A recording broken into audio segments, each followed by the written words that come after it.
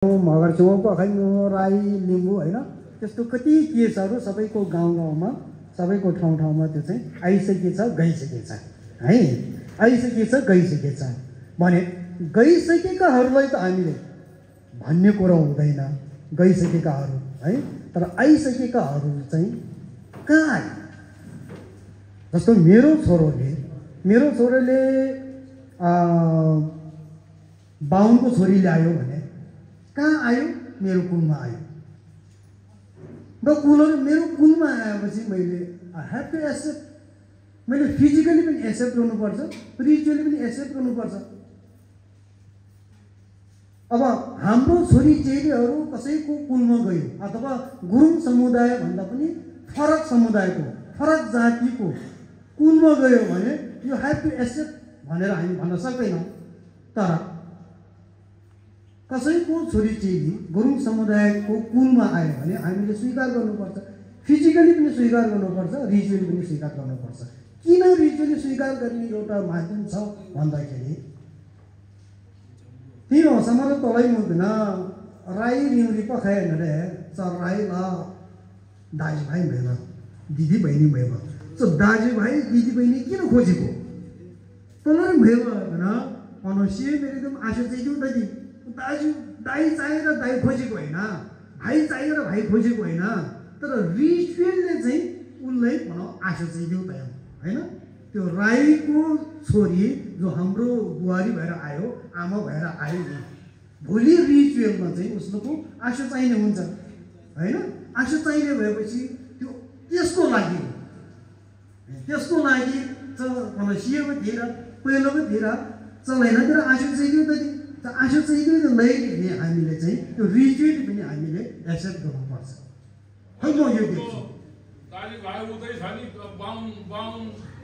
नानी आयो भने उसको दाजुभाइ बाहुन भएछ त उसबाट ल्याएर गऱ्यो न होली अब कुरा यो चाहिँ यस्तो छ। अब खास गरी मेरोमा आशा आउँछ त्यो हुनसक्छ होइन उहाँ चाहिँ मेरो आशा हुनसक्छ म चाहिँ उहाँको आशा हुन सक्छु है समुदाय बिच चाहिँ त्यसरी हुनसक्छ। तर अब यो चाहिँ अहिले यसलाई चाहिँ यो नाता सम्बन्ध जुन कायम गर्ने छ नि एउटा चाहिँ पुरानो नाता सम्बन्ध हो प्योर आशा भन्ने नाता सम्बन्ध हो अर्को नाता सम्बन्ध भनेको चाहिँ त्यही आशुको लागि बनावटी नाता सम्बन्ध हो। त्यो बनावटी नाता सम्बन्ध भने यसलाई चाहिँ त्यो वडा अध्यक्षले प्रमाणित एउटा प्रश्न यसैमा एउटा प्रश्न जस्तै अब राइनी ल्यायो होइन राइनी ल्यायो भने भोलि आमा भएर के हुन्छ के हुन्छ तपाईँले स्पिरिटलाई के हुन्छ आत्मालाई अर्को गर्ने हो कि आत्मालाई मान्ने हो नि त्यो जो छ आत्मालाई यो त एन्सेस्टरसँग के गर्ने लिड गराउने हो तपाईँले हो कि होइन पछि कुरो अनि त्यो राइनीलाई त एन्सेस्टर त यता हाम्रो जो गुरुङको एन्सेस्टरलाई चिनेको न कहाँलाई लिड गराउने त उहाँलाई यो यस्तो हुन्छ यो चिनेको हुँदैन चिनेको हुन्छ भन्ने नै हुँदैन फेरि त्यो त आत्मा त भडाएर हिँड्ने भयो नि त होइन यो त रिचुअली चिनेकै हुन्छ नि यो चिनेको हुँदैन चिनेको हुन्छ भन्ने नै हुँदैन यो त रिचुअली यो चाहिँ चिनेकै हुन्छ यो चाहिँ रिचुअली चिनेकै हुन्छ। अब रिचुअली चिनेको हुँदैन भने अब सायद पुर्खाले पनि भन्दा होला यो चाहिँ राईको छोरी रहेछ यो मगरको छोरी रहेछ यो मलाई सानो नगर होइन यो चाहिँ यहाँ नल्याऊ भन्दो होला नि त तर रिचुअलले त त्यो भन्दैन। म पहिले यसमा जान्छु मेरो छोरी चाहिँ गोरिनी छ मेरो बुहारी गोरिनी छ अब तपाईँ भनाएर उसको लागि अब आँसु भन्न पर्यो होइन अब त्यसो आँसु दाजुभाइ छ त अब त्यो आँसु हुन्न।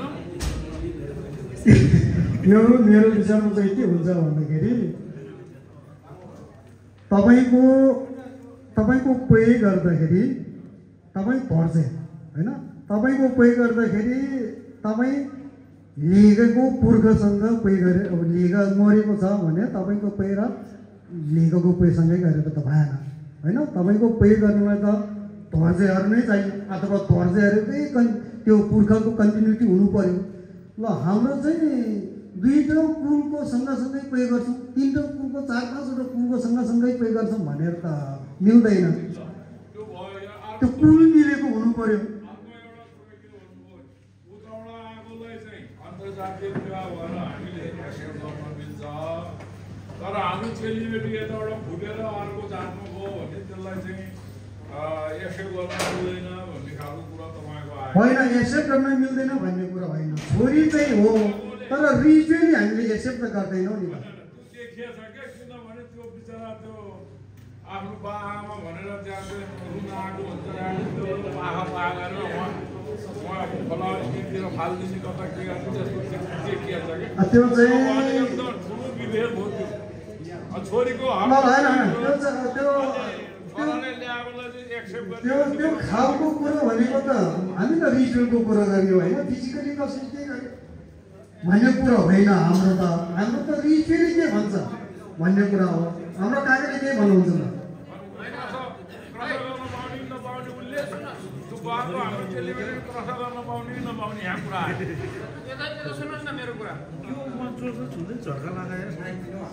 तपाईँले चाहिँ डेफिनेसन दिएर बोल्नुहोस् के। डेफिनेसन के छ त पेयमा के कसरी छ भने बुझ्नुपर्छ। हाम्रो पेयमा त त्यो कामी हो, त्यो दमाई हो, त्यसलाई छुन्नुहुन्न, त्यसको भागको पानी खानुहुने। हाम्रो कुन अध्यायमा छ, कुन शास्त्रमा छ त्यो उल्लेख? कुनै पनि पेयमा त्यो कुरो उल्लेख छैन। त सानो जात त ठुलो जात भन्ने कहीँ पनि उल्लेख छैन होइन। छोरीको काम के हो त? बिहा कसरी हुन्छ त? ए नागला भ्रोगा सोधिलो मिला छेगी रोगी रमाइद स्वयंवर भनेको त्यो म एउटा कुरा राखेँ त मैले तपाईँले यो सुनेरमा यही पेर्नु यसो गरौँ यहाँको कुरोमा नै है शास्त्रको कुरामा अन्तर्गत जानुपर्छ क्या। डेफिनेसन शास्त्रले के भन्छ त्यो कुरा चाहिन्छ। यो चाहिँ होइन, यो यस्तो खालको समस्या देखियो, यस्तो खालको समस्या देखियो, यो चाहिँ एकामै हुने समस्या हो होइन। त्यो मैले फिजिकली भने होइन, त्यो चाहिँ फिजिकली चिजहरू त्यसो तर रिचुअली चाहिँ के भन्छ भन्ने कुरा हो क्या। रिचुअली शास्त्रले के भनेको छ त्यो अनुसार हो। अब छोरी बाहुनको बिहा भयो भने छोरीको बिहामा कपाल खोलो खुइल्याएर तालो बुझेर यो गरिदिन्छ। हाम्रो त छोरी त बिहा भयो भने फेरि आएर बाबुको कर्सा गरेन हुन्छ, आमाको कर्सा गरेन भने कुलाको कर्सा गरेन, छोरी नसकेसम्म हाम्रो चाहिँ केही पनि चल्दैन। अनि हाम्रो सुजु सङ्ग्रह गर्नु पर्छ पर्दैन? सुजु सङ्ग्रह भनेको अहिले चाहिँ कोहीले छसुकीसँग पनि भन्दो रहेछ, कोहीले ढोकभेट भन्दो रहेछ, कोहीले पेयमा चाहिँ सुजु सङ्ग्रह भन्छ। त्यो गर्नु पनि छोरी गयो भने अन्तर्जातसँग गयो भने अब अन्तर्जातीय छोराले चाहिँ अर्कै जात ल्याइहाल्यो भने बाबुले भनेको कुरा सही हो। उसले त कुलमा ल्याएर त एक्सेप्ट गर्नु पर्यो। अब उसले त मर्ने बेला अर्को आशोकै त चाहियो। आशोकैमा लागि चाहिँ उसले माइती बनाउनु पर्यो। कसै गरी पाएन भने बाबाको बुढो माउनीले भने उसलाई उतार्नु पर्यो होइन। आशोकको अर्थ के हो त होइन? उस्यो लाए कर जे होदो करा उस्यो लाए कर जे होदो करा। उसले चाहिँ निये ये रो चोमा निमा थोगिलो ने खुये ये रो चोमा खुमा चोगिलो क्या योमा क्या गायो न न्यायो मान। आशोकले त्यो काम गर्छ। बाटो नपाउने ठाउँ बाटो देखाइदेऊ, जाडो भएको ठाउँ न्यानो बनाइदेऊ, चौध्रो नभएको ठाउँ चौध्रो पाइदेऊ। उसलाई कहिले दुःख त नआउँछ। त्यो आशोकले गर्ने काम हो त्यो। त्यो शास्त्रमा के छ त्यो अनुसार गयो भने हाम्रो सबै कुरा मिल्छ। यहाँ त अब के भन्नु सरी होइन, मेरो खुसी भएको के गर्ने हो त्यसरी बिग्रेको। टाइम छ त हामी धेरै बहस गरौँ।